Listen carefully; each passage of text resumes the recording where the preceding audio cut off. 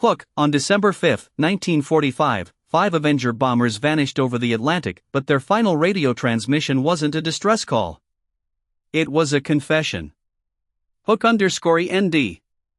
It started like any other training mission. 14 men, 5 TBM Avenger torpedo bombers, took off from Naval Air Station Fort Lauderdale at 2:10 p.m. The weather was clear. The sea was calm. The flight plan was routine: fly east 56 miles, turn north, then head back.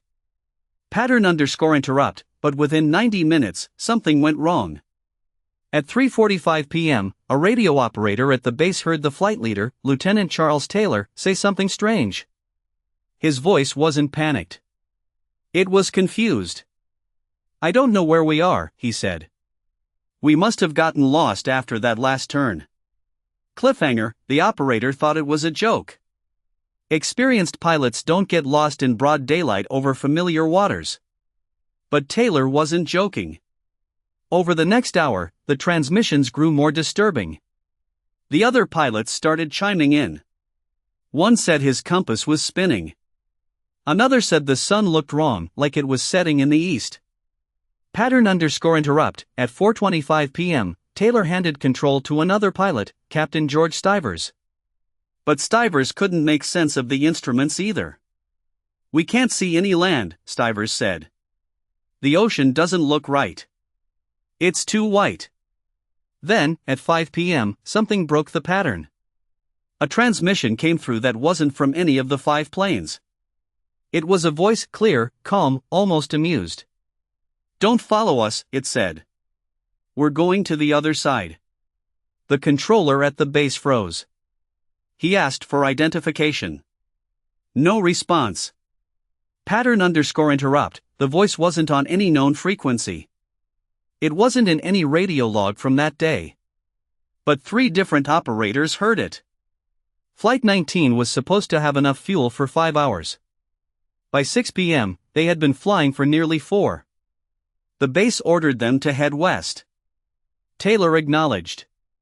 But then, a final transmission: "All planes close up tight now. We'll have to ditch unless landfall. When the first plane drops below 10 gallons, we all go down together." Cliffhanger, that was the last official message. At 7:04 p.m., the base lost all contact. The 5 planes, 14 men, vanished. A massive search began. A PBM Mariner flying boat with 13 crew members took off to find them. 20 minutes later, that plane vanished too. A tanker ship reported seeing a fireball in the sky, but no wreckage was ever found. Pattern_interrupt, the Navy investigated for weeks. Their final report blamed unknown causes. But they never explained the compass failures. Or the sun setting in the east. Or the voice that told them not to follow. Decades later, researchers found something worse. In 1991, a salvage crew searching for Spanish galleons off the coast of Florida discovered 5 Avenger bombers lying on the ocean floor, in perfect formation. The landing gear was down. The canopies were open. But the serial numbers didn't match any known loss. Pattern_interrupt, they were too old. And they were too well preserved. As if they had been placed there deliberately. Cliffhanger. The Navy denied the find. The coordinates were classified. But one diver who saw them said something that still haunts me: the instruments were still glowing.